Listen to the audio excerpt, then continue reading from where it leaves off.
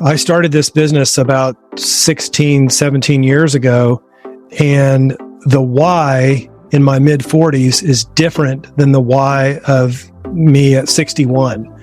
And so I think one of the important things to remember and recognize when we answer that question is to be okay with the fact that it can change from year to year and week to week and day to day. And that's okay. In fact, not only okay, I think it's good that we kind of reflect on that question ourselves.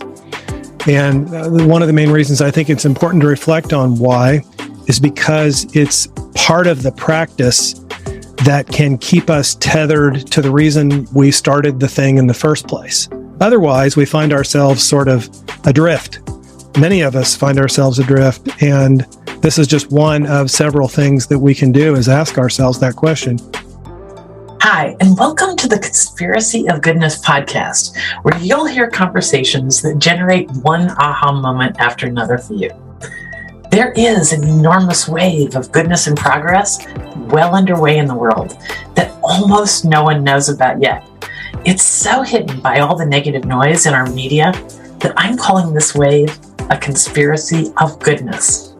Yes, it is still an amazing world out there. And on this podcast, we'll introduce you to the people who are making it that way. Hi, I'm Dr. Linda Ulrich, host of this podcast and founder of its mothership website called The Goodness Exchange. It's a global website where you can have instant access to good news with no politics, no ads, no pop-ups or agenda. If you're tuning out the negative news more and more these days, this podcast and the Goodness Exchange can be the place where you get some connection to progress, remarkable inspiration, and you learn about the countless ingenious ideas that are improving our shared future right now. We're here to shine a light on what's right with the world, and we can get started on that goal right now. Today, we're going to meet Shawn Askinosie and his daughter, Lawren. They are co-owners of Askinosie Chocolate, recently named as Forbes one of the best 25 small companies in America. And there's a reason for that. They are an amazing duo. So far, the company has provided over 1 million school lunches to malnourished children in Tanzania and the Philippines without any donations. And they've done this in so much in other communities around the world where they purchase their chocolate. We're going to learn all about that today and so much more that we can apply to our own lives and our own journeys. If you're someone who has an aspiration to find more meaning and purpose in life, then today's episode will serve as both inspiration and a bit of a roadmap. Our guests, Shawn and Lawren, have each found their niche. In their working lives, their family business is reinventing one of the world's most important and yet very unsustainable luxury items, chocolate. I know. I didn't realize that it was such a bad deal for the people who actually produce the cocoa beans. But what's happening when we get a cheap chocolate bar is not good. What happens to get it to our mouths is not something that most of us want to be a part of. But the Askinosies are changing that. In this episode, they share their inspiring insights about this recipe of doing good while doing good business in the world. It can be done. And their vision is regarded by many as the model for what businesses and industry will look like in the very near future. Not because the business world will suddenly want to get a clean conscience, but because the market will demand it. More and more of us are looking to spend our money with businesses who are also leaving the world a better place in their wake. I read the other day that 69% of us now identify as values-driven consumers. And the companies like the Askinosie Chocolate, well, they're popping up everywhere to meet that demand. It's a good shift. I'm calling it a gratitude economy that's building all around us. And I'm so grateful that Lawren and Shawn are leaders in this world. And I'm so glad that they're here to share their insights with us. So welcome, Lawren and Shawn Askinosie. Thank you. Thank you for having us. Well, I have to start with the story of why I asked you guys to be on the podcast. I follow a really important business thought leader that many people know of named Seth Godin. And one day I only read 2 newsletters. One of them is his. And in one day he wrote this fabulous newsletter that said, "Don't buy cheap chocolate." And he mentioned your business and a bunch of other things that made me so, the Seth's expertise is in he has such a conservation of energy with his words. And in his minimal words about your work and about why we shouldn't buy cheap chocolate, I was in the grocery store the day after and I couldn't buy it. I could not pick up a bag of cheap chocolate. And so I just came home and I said, I've got to find out all about these folks. So thank you for coming on the Conspiracy of Goodness podcast. And let's start out there. There has to be a why behind the business and the endeavor and the vision that we're going to share with people today. Want to start out? Shawn, lead us off on your why. Well, thank you. Thanks for having us. Thanks for mentioning Seth. And interestingly, I started this business about 16, 17 years ago, and the why in my mid 40s is different than the why of me at 61. And so I think one of the important things to remember and recognize when we answer that question is to be okay with the fact that it can change from year to year and week to week and day to day. And that's okay. In fact, not only okay, I think it's good that we kind of reflect on that question ourselves. And one of the main reasons I think it's important to reflect on why is because it's part of the practice that can keep us tethered to the reason we started the thing in the first place. Otherwise, we find ourselves sort of adrift. Many of us find ourselves adrift, and this is just one of several things that we can do is ask ourselves that question. For me, one of the things that we write about in the book is, and that I say a lot, is that it's not about the chocolate, it's about the chocolate. And what I mean by that is that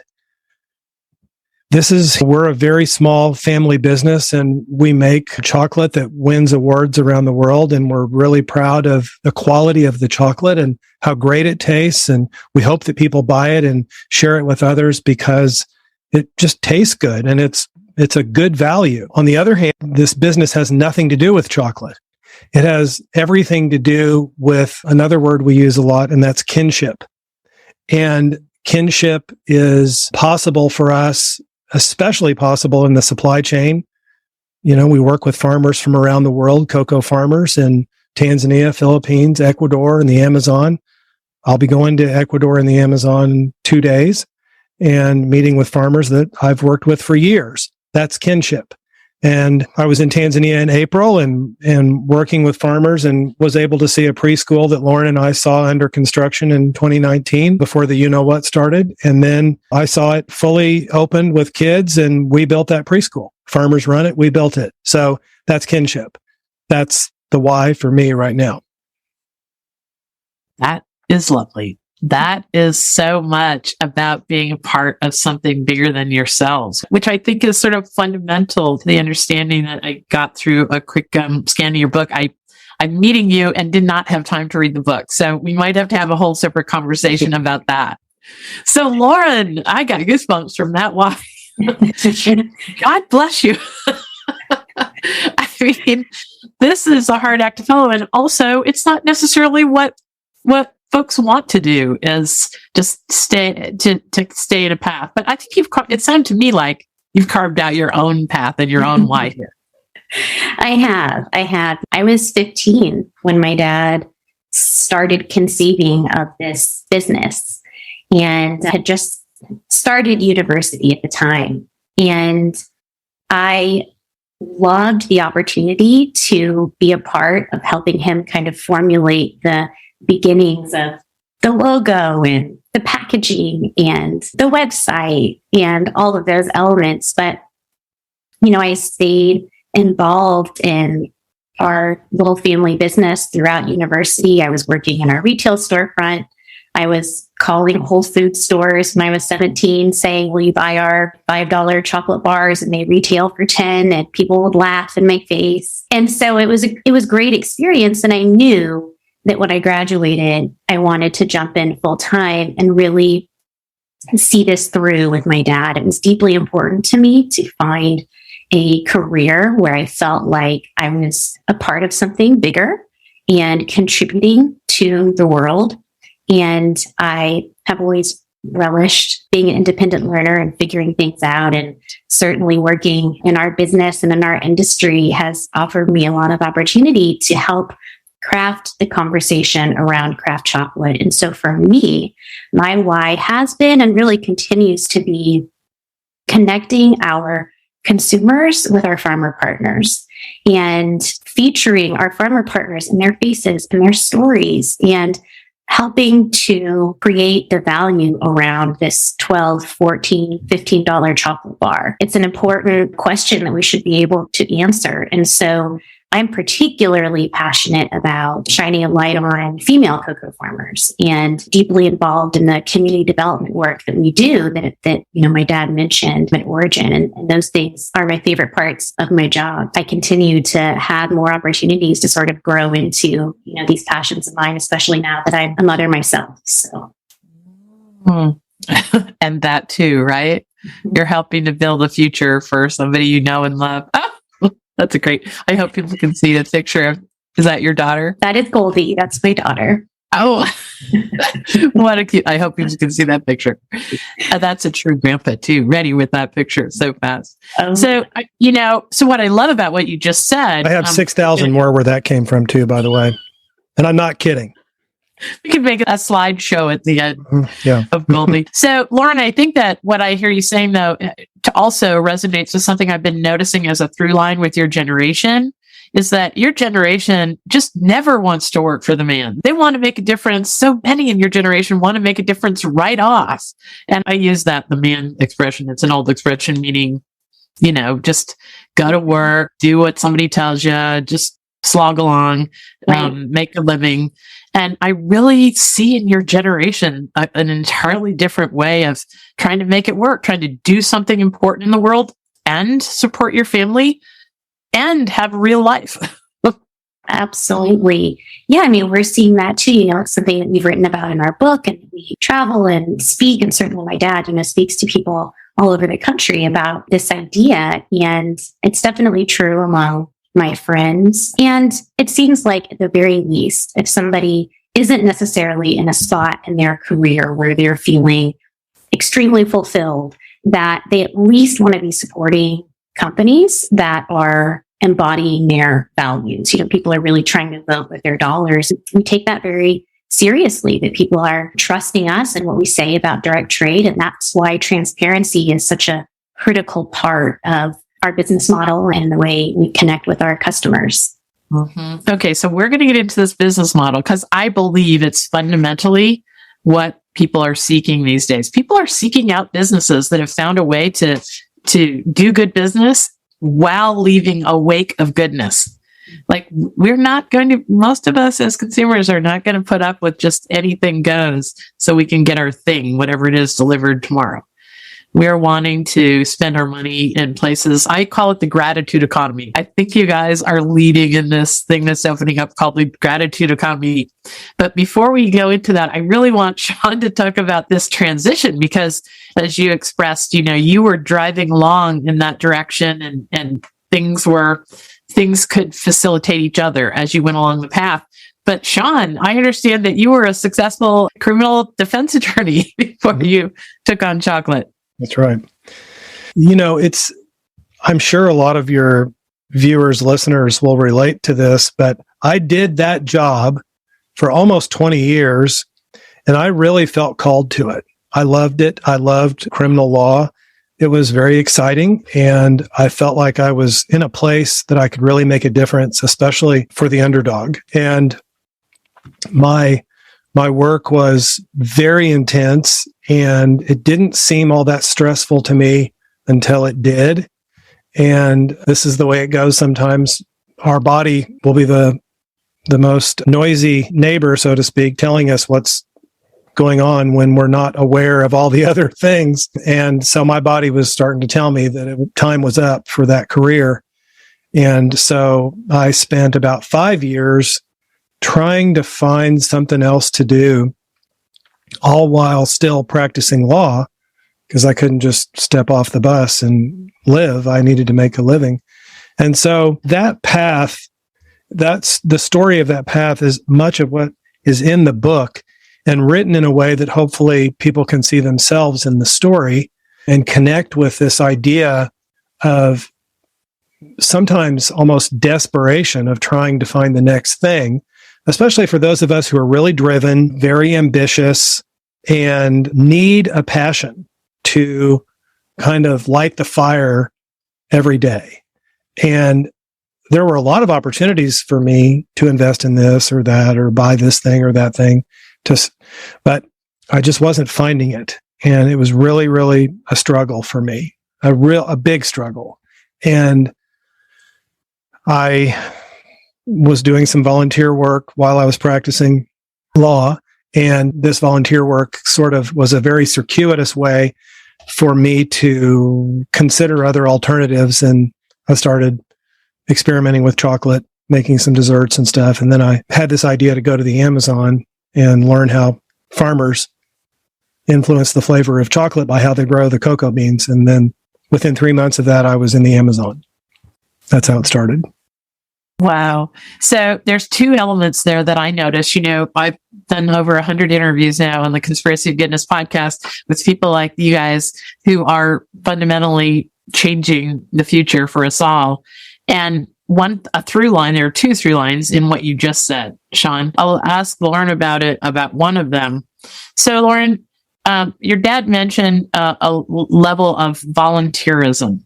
I have noticed that a lot of the people in the world that are happiest, less focused on the daily ups and downs and stuff, have some kind of a volunteer aspect in their lives. Talk to us about what you've seen, because I'm sure you see that, and you're in charge of marketing and so forth, but I'm sure there's like a just do good in the world sort of thing going on. Yeah, definitely. In fact, that's one of our taglines, taste good, does good. I grew up in a home with parents that prioritized and really lived the idea of serving people other than themselves and thinking of people outside of themselves. And so I was lucky that I got to see that. So of course, I grew up being involved, since I was a child and volunteering with different organizations. And I think the idea of I want to be a part of something outside of myself was so critical and central to the work that we do directly with cocoa farmers when my dad started the business. And, we still are profit sharing with farmers today, but now we're doing so much more. We have empowered girls and enlightened boys programs. And so that's for us, the doing good part that it does make us feel good, but it also feels like good business. We truly believe that these initiatives that are always in partnership with our farmer partners truly make our chocolate better and they make our business better. But I think it's so important. Even now in my life, I serve on a board of an organization called Girls Empowerment Network here in Texas. And it's just deeply important to me. And it's something that I am aiming to show my daughter, that it doesn't have to be something big and elaborate. And sometimes it's, just going into school or talking with students and letting them know that they're important and they're valued. Mm-hmm. And, there's something almost like there's a blurred line between volunteering and what you're doing with your business life there, because you have put doing those good things, because we're going to get into some of those good things. It's astonishing. That's all I can say. All the extra good on the side that you guys are generating is just terrific. And I think that's the way of the future. We're going to be able to blur the lines between volunteering and work. They don't have to be separate things. You can, if I could just insert one tiny little footnote to that point, and that is, and I think this also highlights what Lawren is saying. When she goes to schools there in and around Austin, Texas, and works directly with girls that are part of the Girls Empowerment Network, one of the things that we find is if people are willing to enter into that space without pre-expectations of who is the service giver and who is the service receiver, then they will find that the prospect for role reversal and transformation is much higher.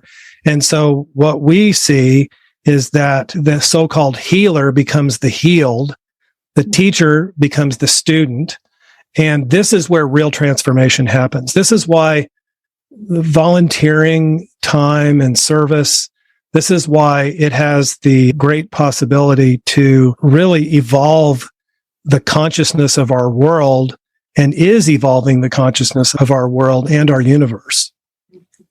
I have to show people, if you see me looking down, I am writing furiously. You guys are both saying things that I want to make our show notes.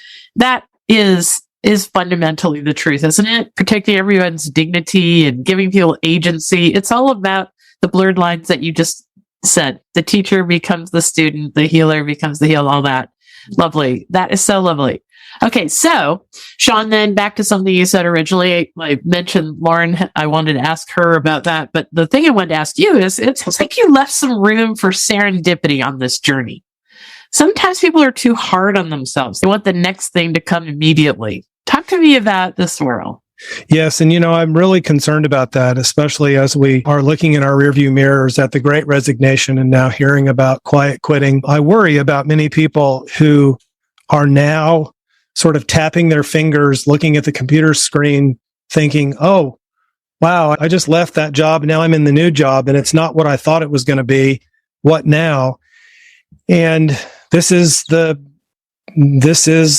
what we do. And I think that if some who feel called to this work can be patient with what it is that they're seeking and what they're trying to learn and what they're trying to find, and do some real interior work, some real reflection, meditation, and just work on themselves, that they can find space to really have a better understanding and greater clarity about what it is that they're called to, and really almost compelled to do next, which might be another job, or it might be staying right where you are.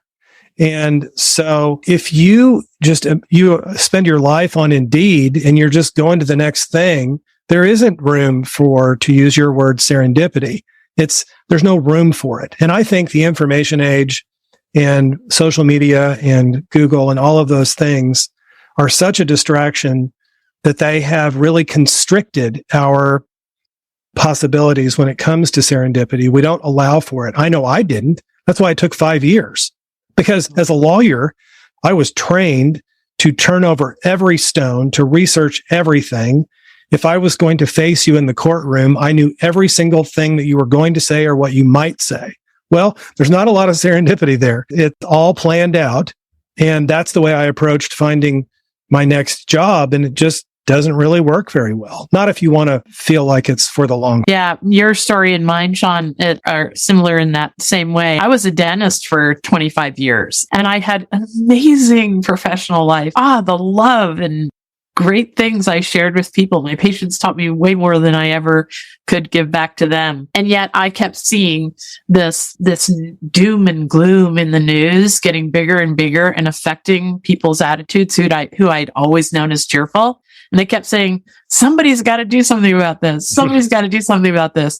And then one day, a series of events happened over a weekend where that next Monday I woke up and I said, it's going to be me. Mm-hmm. But that's awesome. I think I was trying to be too predictive as well. But the 3 events that happened in a weekend were all serendipitous and led me to where I am today with the Goodness Exchange and this podcast. So there is hope for people there who are wanting. And so while we're here, I can't wait to get to the chocolate, but I guess we need to talk about the book a little bit here because we're right here trembling on the edge. So the book that you guys have co-authored is called Meaningful Work, A Quest to Do Great Business, Find Your Calling, and Feed Your Soul. I think this is at the heart of the Great Resignation. People were questioning whether they could do what they're doing for another 5 years and be happy, or 10 or 3. So tell us, Lawren, tell us how you got involved in this book and whose idea was it first and where did you start? Well, the book is really my dad's story. I was honored to be a part of it, but he'd been approached for a long time in the years leading up to releasing this book by people saying, you've got to write a book. People want to hear about this. People want to know about this business model. And so that was, kind of one of the catalysts of, I think he felt like he was ready to get this story out. And it was, to use a, overused expression, labor of love. I mean, it was 3 years of my dad and I working back and forth on Google Docs. And gosh, we learned so much. And maybe I'm just speaking for myself, but I thought, well, if one person reads this and does something different or feels inspired, feels encouraged, then that'll have, made it successful. And what's astonishing is that we get to hear from people that email us fairly often about that they read the book and it inspired them to do this thing in their life. And it's just been really rewarding and really special for me as a daughter to, obviously I get to work alongside my dad and travel to these far-flung places and we have these great experiences, but to get to understand his life story on an even deeper level was really meaningful for me. And it's something that I treasure and I won't forget. So, the book, it's great. I'm glad it's out there. It's this product that I'm really proud of, but it was also a very deeply meaningful time in our relationship. Yeah. And I'm sure most people wish they had, a tiny fraction of that kind of connection, any kind of connection like that, where you both were pulling a sled in the same direction and you got to most days learn each other's rhythms. Yeah, right. All that. Right. Most days. I mean, don't get me wrong. It also had its challenges, but I mean, that's something we talk about sometimes too. I mean, we working with your child, I'm sure isn't easy. Working with your parent is not easy. And it's something that we actively work on and have worked on for years, both individually, together with professionals. It's something that we wanted to do for our own relationship, but also as bosses and leaders in our company. It was really important that we have a healthy working relationship with one another. So it's taken work. We're there. Mm-hmm. So Shawn, I have this feeling that we're going to have to talk about the book as in a separate interview because time is short. But if people are already inspired through just this first half of our conversation to look into this, I'm assuming it's on Amazon and every place else. And what would you direct people to, Shawn? Yeah, I mean, it's on Amazon and available. And I think the book is arranged in such a way that people will be able to tell pretty quickly if it's resonating with them, and if it feels like something that they will connect with. There's a very, very 16-minute condensed version of a TEDx that I gave that's easily located on the internet as well, kind of a 16-minute version of the book, so to speak. And I should mention too that, and as we mentioned at the outset of the podcast, the website is Lawren's voice. And so she is a great writer. She was a great writer in high school and has remained a truly gifted writer. And so the book is just another example where, it was really a collaborative effort. And Lawren just continues to really have a way with words that will connect with people. As she said, one of her vocations is being able to tell the story that connects the farmers with people who buy the chocolate. And that's, something else that I think happens in the book. And it's because she's so gifted. And really, I don't say much of anything. The idea is for me to just be quiet and go buy cocoa beans, which I'm going to do this week, and make sure we get a container of cocoa beans to make chocolate with. But yeah. Well, we might as well go here while we're just right here. In the next few weeks, by the time this interview comes out, people will be able to look at our archives and see a very wonderful interview we did with the Dr. Steve Shepard. And the way you guys are talking right now is reminding me of that recording. Dr. Shepard talks about how we could be looking at the differences in our generations as a tremendous asset instead of a source for friction. And it sounds like you guys have embraced almost exactly what he's talking about in that episode, that we have this opportunity to take the best from our generations and bring it to the table, or we can just allow it to the generational differences to tear us apart. So I want to make sure that that episode's in the show notes. And when we're going to take a break, and when we come back, let's talk about this business model that you guys are championing. It's something that could be applicable to almost anyone. So let's take a break and we'll come back. Okay. Hi, Dr. Linda here. First, thanks for joining us today. If you're inspired by the uplifting conversation we're having, I can boost that feeling with something new that we just created for the Goodness Exchange community. Our holiday gift guide just came out. As you might guess, we're trying to do as much good as we can with this effort to shine a light on a number of businesses that are making the world a better place. We've chosen 20 companies that give back to causes that we all care about, like people, animals, and the environment. There's something for everyone at every price point, and some exclusive deals inside this gift guide. It's super. And if you're like me, the stress of finding quality gifts kind of take the joy out of the holiday. So this gift guide answers a lot of problems. And then there's this fact that most people I'm shopping for are very values-based consumers now. They don't want a lot more stuff in their lives that comes from companies that don't care. So this gift guide will make you proud of the gifts you give and will keep on giving long after the new year. This curated guide, you'll find companies who share a passion for leaving goodness and progress in their wake. Do some shopping through the gift guide, and it'll feel like you've got a superpower going for making a difference. And then subscribe to the Goodness Exchange. As always, subscribe to the Goodness Exchange. We need to support media that matters, media that's sustainable in the way it makes us all feel. People who use the Goodness Exchange every day have a spring in their step. They radiate joy and confidence because they know a more complete picture of the world. You can do more and be more in the lives of your kids, your coworkers, your family, and the people around you if you're filled with stories of goodness, remarkable, ingenious solutions, and progress that's happening out there.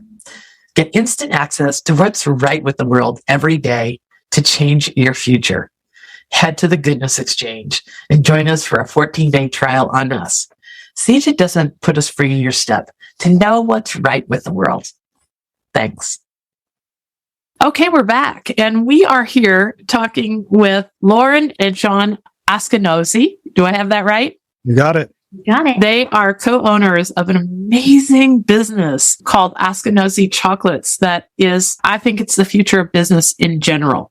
And so now we want to share some of these insights from a really broad level that people who are listening to this podcast might take to their own workplaces, might be able to see in their own lives for their own businesses, foundations, work in nonprofits, et cetera, because you're part of something much bigger, which I'm calling this wave called the gratitude economy. I think we're all waiting for businesses like yours to come down the pike.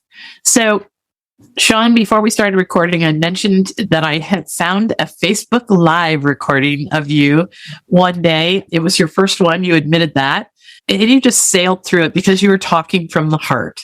So talk to us about the gist of what's happening in the chocolate world, why we shouldn't buy cheap chocolate, and what your business's answer to some of those deep, long quandaries are. Right now, about 70% of the world's supply of cocoa beans and therefore chocolate comes from the west coast of Africa and Ghana and Ivory Coast. There are approximately 8 companies that control most of the buying that happens on the cocoa world market worldwide. And interestingly, if we look at the price of cocoa per metric ton, when adjusted for inflation, it has actually gone down over the last 30 years. So this means that someone... Can I have you repeat that? That was interesting. Yes. And at least on my end, I missed that little detail. I couldn't hear it. When we look at the price per metric ton on the world market for cocoa beans over the last 30 years, when adjusted for inflation, the price has actually gone down for farmers. And so what you see is these big companies that we all know about that you can buy, a 3-ounce chocolate bar at the convenience store cash register for, $1.50 or $3. The reason why that is so is because someone has their boot on the necks of these poor farmers in Ghana and Ivory Coast and some other places. And we see that these farmers are subsisting on a below the United Nations definition of extreme poverty, which would be below $1.25 a day. That's unacceptable. And we find that the number of enslaved children in this cocoa supply chain in those two countries has actually increased in the last 15 years. And there's approximately 1.5 million children in the supply chain, of which about 75 to 80% are involved in what's called by the Department of Labor the worst forms of child labor, which means think 8-year-old with a machete or carrying a backpack of dangerous chemicals and fertilizers. And what you have are companies that we all have heard of who are participating in this process in order to profit and to maintain shareholder value on Wall Street. And so these companies have a way out of this. And they've been saying since they've all signed the Harkin-Engel Protocol in the United States in the early 2000s that they were going to eliminate child labor and enslaved labor from these supply chains. And they haven't done it. And they keep moving the goalposts. Every year they have an annual report where they pat themselves on the back for their progress, yet they move the year by which they will have satisfied the goals that were set out in the Harkin-Engel Protocol. So all that to say, it's no wonder that the chocolate is cheap when they can buy it in this manner and call it chocolate. And we buy it at fill in the blank stores and think, okay, this is good. You know, I'm getting this big hunk of chocolate for $2 or $3, and I'm going to go to Whole Foods or Central Market or other stores or online at Askinosie and pay $10 for the same amount of chocolate or $15 for the same amount of chocolate? Yes, you are. And it's a value. It is a great value. We pay. So let's go from the shadow side to the light side if we can. And what we would say is, and people can look on our websites, on our website, askinosie.com, we have something called the Transparency Report, where we've listed every single bean purchase that we've ever made since we started the company. And we compare it to the world market price, which of course it's more than that. But more importantly, we compare it to the farm gate price, what farmers would have otherwise received at their farms. And we pay on average 55% more than what farmers would have received over all of these years. And in 68% of the cases, we're paying them up front. We're essentially giving them 0% interest loans to fund their harvesting process. And in all of the cases, we profit share with the farmers. So when I go back, it's like literally in my suitcase downstairs right now, our financials are in Spanish. So I can give them to the farmers and show them what we've made in the last year, what our expenses were, and how we calculated the profit share that we're giving to them. We call that direct trade. And people can go to our website, and Lawren has done a fabulous job articulating what that means and what those hallmarks of direct trade are. And the people from the other companies, the Mars, the Hershey's, the Berry Calibos, the Nestle's, those people would say, if they were on this call, they'd say, well, Shawn, that's easy for you guys to do. You're 20 people. We can't do that. And I would say, yes, you can. You can do that. You have to reformulate your model, but it is possible to pay farmers more money and work directly with them and do it at scale. That's a very long answer to your question, but that's just a little tidbit of what I would have to say about that problem in Africa. I'm also going to include a link to everything that we're mentioning, by the way, is going to be in the show notes. The link to your transparency report will be there. The link to Lawren's description of direct trade will be there. The link to that Facebook posting that I saw you do, because this is so important. It's way past chocolate.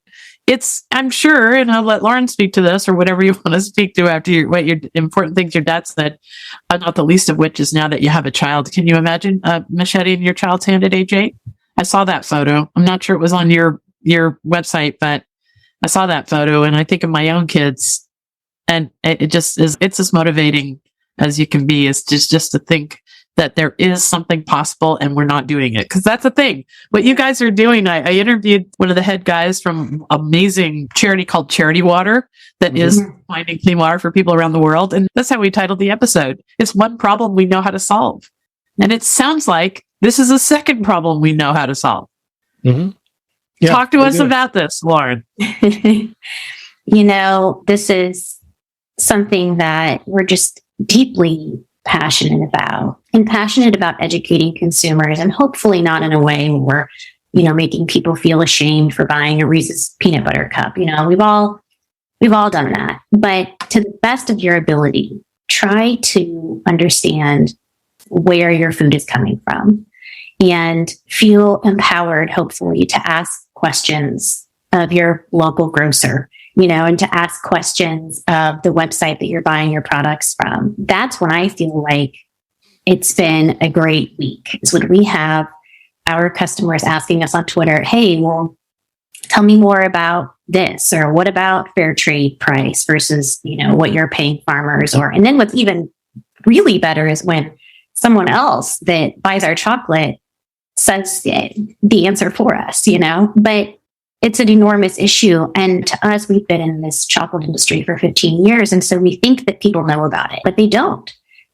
There's still so many people that have no idea that the reason this candy bar costs $1 is because it's been, made on the backs of someone who's been mistreated, and very often, children. So we used to try to talk about it, but not get on our soapbox about it. And I think at this point, as a company and as owners of the company, it's something that we're talking a lot more about. Well, I think your opening is here. People want to know. We are realizing that there's so much we don't know in this world, and we're realizing that the content in the internet is not always as illuminating and real as it might be. So we can't get to the close of this interview without hearing about some of the great things that you're doing.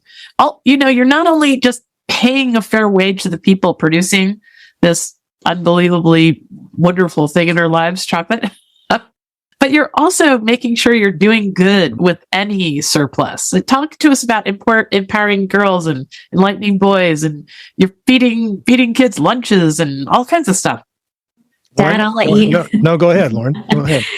It's true. We it's not about the chocolate. It's about the chocolate. It always comes back to that. We have a nonprofit arm of our business called Chocolate University. And for example, one of the things that we are working on this week is gathering the applications for a group of high school students. And I think this will be our 10th year. We took a break during COVID, but since 2010, that was when the first group went. Every other year since then, my dad and myself have shepherded a group of high school students to spend a week, 2 weeks, with us, working alongside our farmer partners in Tanzania, working on community development projects, working in schools, working on building a preschool, working on handing out feminine hygiene supplies to girls in our Powered Girls programs, letting them witness a direct trade international business transaction. And it's something that I know is one of my favorite parts of my job, and my dad's as well, because of going back to something he spoke to at the beginning of this conversation, which was, I've learned more from these high school students, many of whom I'm still in touch with and my dad is still in touch with, from our group back in 2010. I learned so much from them, and to witness them learn from our farmer partners and from the empowered girls and enlightened boys when they first apply, almost everyone says, oh, I want to go and help. I want to help the people of Africa. And we spend quite a lot of time trying to explain to them, well, what if they're helping you?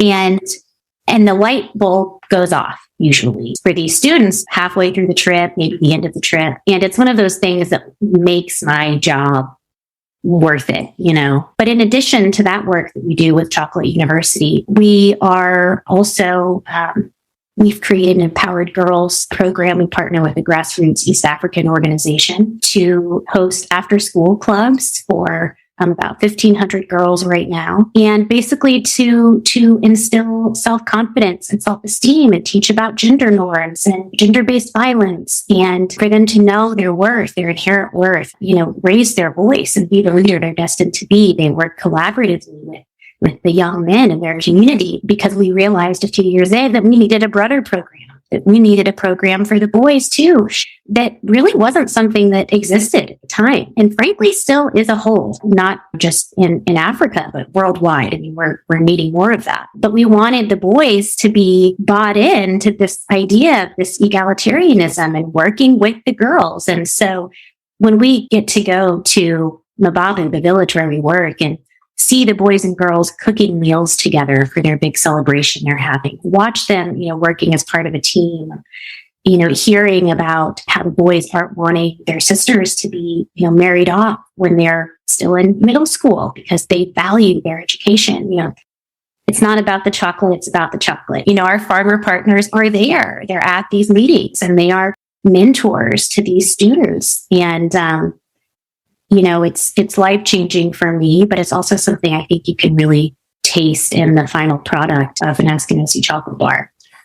All right. So I want to direct people straight to your website. I've told you both before we started recording, I had this Seth Godin experience. I had the grocery store experience. I came home and I said, I have to meet these people. And I dove into your website. And I'm telling you, it's one of the nicest websites I've ever come upon as far as just being like really clear about this, that, and the other thing, and all you're doing. And you don't have to wade through a lot of words. You have a lot of clarity that what you're doing is making the world a better place. And my connection to it, if I purchase things, is so obvious and feels so good. So I would really, really encourage people to go to your website and just feel a part of something bigger than yourselves, because these folks they're cutting a path that I think business is going to have to follow. Not because they said business suddenly has a transformational good conscience. That's because consumers are going to demand it. And I love that you guys are at the forefront. So as we close here, and we definitely are going to have a separate conversation about the book, but as we close here, I always like to ask people two things. And we have less than 5 minutes. One is, what do you really wish people knew? This is so important for founders. Like when people ask me that, I simply say, your click is a vote. What you give your attention to is what is going to rise to your own feed, the top, and the world. So treat your click like a vote. Like don't click on about 99% of what would actually catch your curiosity. What about you guys? Do you each have, what do you really wish the world knew? And if people knew that, things would change. What things would change? Anything. I mean, okay. I'm looking at what you just said. Your wonderful words there were so powerful. It's not like they were going through me, that if people knew that a lot of the cheap chocolate in this world is created on the backs of children, that's enough to make me just absolutely run the other direction from that aisle. I know mine. And I think I would love for people to know the power they have as a consumer. I don't think people realize truly that purchasing from that small business, from that woman-owned business, from that BIPOC-owned business, that is keeping the doors open and the lights on. And you may think that your, $50 chocolate purchase is not a big deal. It is. I watch all of the orders come through on our website every day, and I'm grateful for every one of them. I see the notes from people, and I try to reply back. Not a single one of them is taken for granted. And for us, they're directly contributing to the lives of our farmer partners. So, your purchase matters. Where you spend your dollars matters. With you or just in general out in the world? General, right? Yeah. Yeah. How about you, Shawn? What do you think the world really... What I wish people knew is that for the most part, the voice that they hear inside their heads is not their true selves. It is not their soul. It is not really them. And so what I wish people knew is that there really is something in there. And the something in there is a beautiful expression of humanity that is embodied in love and caring and compassion. And it's there, but I wish people would explore it and recognize that that voice that argues with them or puts themselves down or questions them or detracts from their confidence, I wish people knew that that's not really them. That's a separate self. It's a small self. And I think that as we go on in this world, if people understood that, we'd have a better world and people would buy more chocolate that is good for the world. That's lovely. All right, last question. What has to happen next? Like to get you guys to leap to the next level, to have the good just pouring out from where you started and spreading in all directions, expanding. What would have to happen? Good question. I'll let Lawren I answer. know. I'm going to say people share this interview. Share. I'm saying it's all about sharing these days. Yes. We've got to share the cool stuff we run across. Yeah, it's true. I mean, we can only sell as many chocolate bars as people are willing to buy, and that's many dollars as are going on our farmer partners' pockets. And so people often ask us, well, how can I get involved? What can I do? Buy chocolate and share. Buy chocolate and share it with your friends. Buy chocolate and bring it to the potluck or to your work group meeting and talk about us on social media and what we're doing. It makes a huge difference. I would say in companion to the gratitude economy, I think that people can participate in the sufficiency economy. And we write about that in the book. And that is asking the question, how much is enough? I mean, when you said next level, well, how do we define that? And what is the next level? And the next level to us and what we write about is it's enough. That's what it is. The next level is enough. And so if enough of us can have that mindset of mindful consumption and mindful acquisition, then we can help each other. I mean, Lawren and I will have more money to pay our workers who deserve more money. Well, they'll have more benefits in addition to health insurance. They'll have retirement accounts with us. We'll be able to retire debt. We'll have better cash flow. These are the questions that we need to ask ourselves is how much is enough? And as I said at the beginning of the podcast, this is another example of a moving target, which is okay. But if we can just ask ourselves that question, how much is enough? What do we need to be sufficient? And how can I help this person over here and that person there gain their sufficiency? That's what we need to worry about. Lovely. Well, that's such a great way to close this interview. I can already hope and cross my fingers that you'll talk to us again. We didn't even get to talk about the TED Talk. We didn't get to talk in depth about the book. There's so many more questions I have here. So let's just plan a phase 2 on this conversation somewhere soon. I hope that you'll take a look at the show notes. There'll be links to everything we mentioned there. And I hope all the connections to goodness and progress that you heard today carry you through your week and you start finding the joy and wonder that we've been talking about. Thanks so much. Thank you. Thank you.